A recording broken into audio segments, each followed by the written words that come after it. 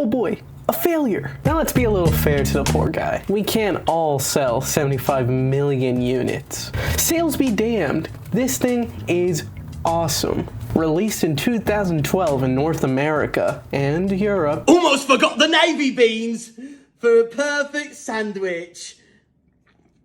I did not get it, but I did buy a Wii U, so what the hell do I know? Like I said, I didn't get one when they came out, so why in the hell do I have one? Simple, this little son of a gun wormed its little way into my heart. Now, a large part of that may have to do with the fact that you can mod these things like it's nothing.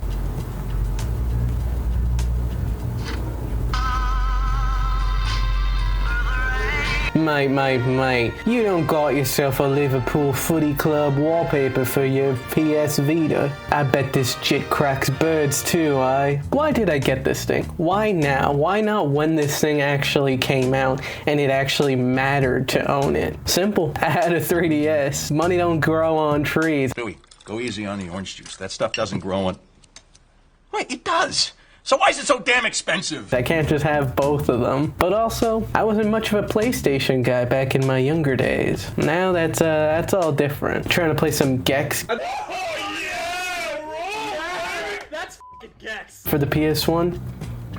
I'm the guy. Trying to play some Bust a Move for the PS2? Who else you gonna call? Maybe even trying to play some PlayStation All-Stars on the good old PlayStation Triple. Because PS Triple. The PS Triple. I'm your man. It just wasn't in the cards for me to get this guy when it came out. However, times have changed. I think in 2019, I had gone and I picked this guy up from Facebook Marketplace. If I remember correctly, I think I got it for 80. This thing was pretty cool. This thing really was a portable PlayStation 3, which is absolutely bananas to think about, considering this was its competition, and I can assure you, this is not anywhere near a portable PlayStation 3. Now, power isn't everything, obviously, because if it was, this probably would have won. This thing is also just nice as hell. Now, this is a PlayStation Slim model. Now, this is a PlayStation Port. Am I tweaking? Now, this is a PlayStation Vita Slim, the 2000 model. Could you tell? Yeah, this thing is crazy pocketable, crazy portable. It does it all. Really? One bugaboo, though, is these thumbsticks are a little annoying. They get stuck in your pockets and they drag, which is probably not good for their longevity. You also put this screen in danger when you're putting it in your pockets or taking it out with you, but you could just get a screen protector. No need for clamshells here. Now, I did get this thing pretty damn late in the game, and I'd be a goddamn liar if I said it wasn't so I could play Persona games on here. Now, I did used to own a PlayStation Portable. I had the PSP 3000 model. Now, I say had because in my younger years, I was not the repairing, modifying goat that I am now, and I definitely messed up my PSP when I was taking it apart because I wanted to shell swap it, of all things.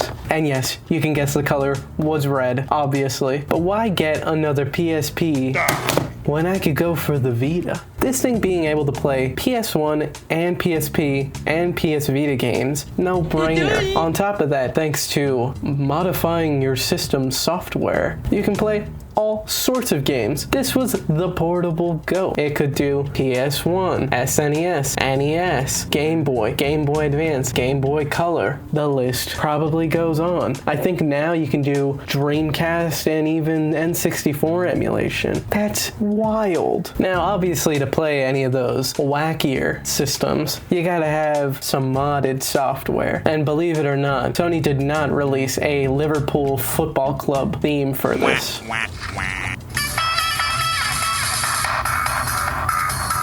This just has so much personality to it. It even has a little Ridge Racer 4 disc in the corner for your notifications. Up top, we have an SD to Vita, which is what's letting us save all these tons of games on here. Now, this may be my particular SD to Vita, but it gives me so many issues. There are so many times where I start up the Vita and it's like, I can't read your games, I can't do this, whatever, restart it, blah, blah, blah. Super annoying, and it's like the one thing that I think gives me trouble on this. Outside of that, Everything runs like a dream. Everything works perfectly fine. Modding this thing is a no-brainer. We'll get back to the software side in a minute. But first, let's talk about some of the outside. Like I said, slim as hell. Yeah, they weren't joking. This is a PS Vita Slim. Here it is compared to a pen. Look how small they are. These thumbsticks, they make it super portable, but they're not the greatest. But I will take this over the Switch any day of the week. The thumbsticks on that are terrible, and that console's so much bigger than this one. It's not even handheld. You gotta love Sony and doing goofy things. You see this right here? This isn't just a scratched up back to a poorly mistreated PS Vita. This is a trackpad, like that found on top of the DualShock 4 and the DualSense controller. You rest your hands here and you just go. Honestly, it's crazy how fun that is. Is it actually useful? I would say not really, but when games do use it or try to make it into like a gimmicky part of their game, it's pretty cool. Now Sony is...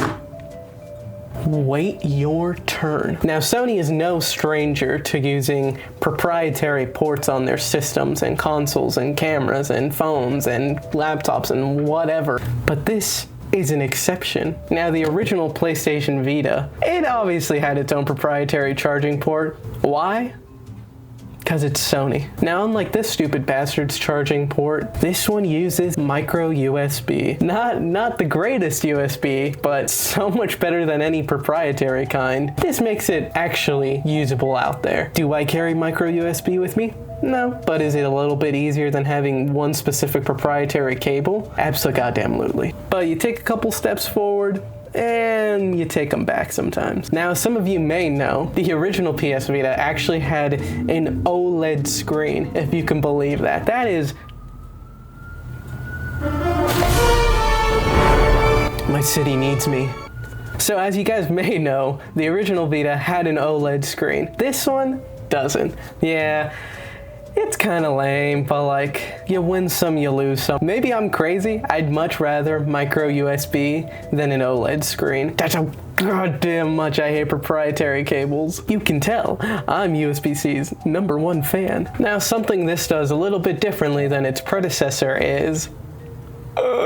Yeah, it doesn't use no goddamn UMD, Universal Media Disc nonsense. It uses these tiny little cartridges, just like a Nintendo Switch. You just flip open this tab, and you put it right in. Speaking of the SD to Vita, that thing is damn near necessary.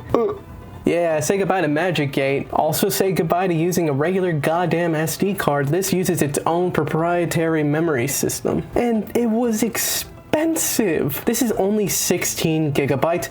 This shit was so much goddamn money. Thankfully, you don't need it. The SD to Vita basically replaces this guy. You just use an SD to Vita, put in whatever kind of micro SD card you want. Hell, 256 is how much this one has, and you're off to the races. And what's worse is that the original Vita didn't even have any internal memory. It basically had nothing. This one came with a little bit of memory, but not enough for any actual games. Oh boy, the PS Vita bubbles. Yeah, on the Vita, the folders and the games, they're bubbles. A little goofy, but I would much rather goofy over like... Now this would be really stupid if like a game console was like this, where small little squares of like the game icons all lined up in a row, and you can only like scroll through them, and then you have to go to the end to open up like a page of all the games, but they're just ordered there, just one after the other. That'd be really fucking lame and stupid, but I don't think anybody would do that. With stuff like Vita Homebrew or PKGJ, you can get cool ass shit like 11 music player for PS Vita. Get out the old sound, guys.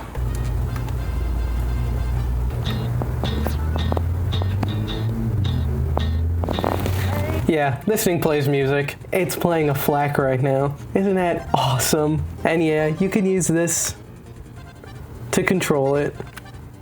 Better yet,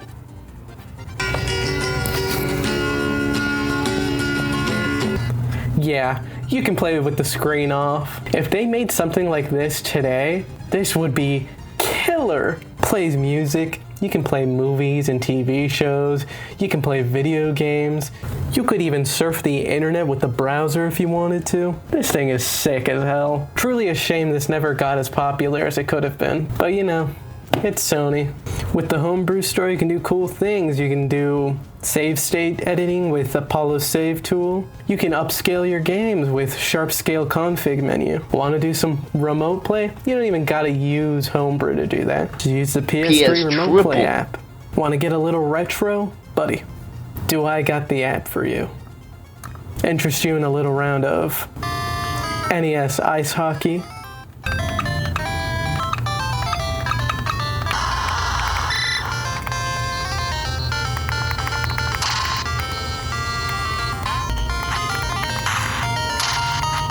Those games look good, I won't even lie. Can I interest you in some MGBA maybe?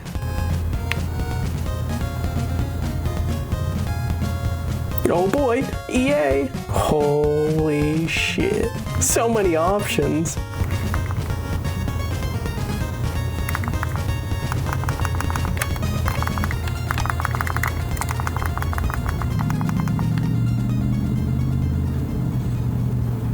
What is that face? Alright, none of that. But the game looks pretty good, huh? Through the power of custom firmware, we got a little cool app called Adrenaline. Oh yeah, basically a PSP. To me at least, outside of collecting, I wouldn't really use a PSP. I already got a Vita. It does pretty much everything that does. Let's look at the games. Anyways, Soul Calibur. You can do PS1 games. Ridge Racer Type 4, a little Parasite Eve, maybe some Linda Cubed again. Or we can get a little scary with Silent Hill. Or we can chill out with Chlamydia, Door to Phantom Mile. And who never wants to play a little round of Peggle? Alright, let's talk about the games. Gravity Rush? Goddamn, this game is fun. It takes a lot of advantage of, all of this. Metal Gear Solid HD, scan me in, Kojima. I'm ready. Marvel vs. Capcom 3, portable. Jet Set Radio, come on. Persona 4 Gold, come on. Digimon Story, Cyber Sleuth, and Hackers, come on. Ignore those. Dead or Alive 5, portable, pretty fun. Resident Evil Revelations 2. Or, it's alright. Nah, but for real. I love Resident Evil Revelations 1 and 2. Low-key, that first one though, that one gives me the heebie-jeebies. Hatsune Miku, Project Diva, X, Tetris Ultimate, you know, a little Tetris. Angry Bird. Listen, nowadays, kind of hard to play the original Angry Birds. There are not too many avenues to just get classic Angry Birds. This is a pretty good way to do it, because it's touchscreen. If you guys have epilepsy, look away. You got Seasons, you got Classic, you even got Rio. You even have the little animations from the original game. I get this is just a mobile game, but like, I kind of had a little bit of nostalgia for this. You know, it's been a long time since I played Angry Birds, and there's no real way to get that original Angry Birds fix anymore.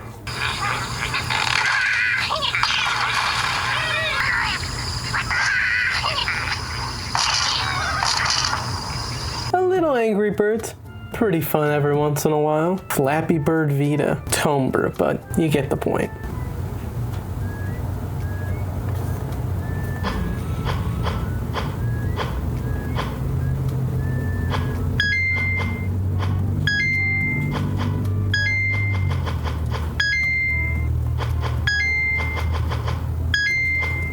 I'm coming back. Balls! Oh! Oh, balls! Balls! Whoa! Balls! Balls! Balls! Oh my god! I'm so sorry! Pretty good, huh? Yeah, there's a lot of fun stuff to play on this thing. It's a really good, fun handheld, and it's incredibly neat how much stuff you can do with this nowadays thanks to modding. You have the entire Vita catalog at your disposal whenever you want. While I may not have been the biggest fan of it when it had initially released, the PS Vita has truly grown on me. I love this thing a lot. It is such a great portable that was limited by just really dumb decisions by Sony. And you know, pretty hard to compete when you're fighting against the best. Lots of cool stuff about the Vita. I wish it had it done just like a little bit better, just because this console, it really does deserve a little more love, especially when it had initially released. But yeah, that's pretty much all there is to it. Thanks for watching. Please like and subscribe. Bye.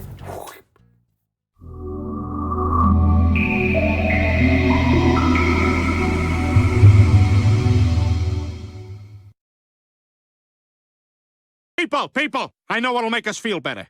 Let us sing the NAAFP anthem. Con los terroristas.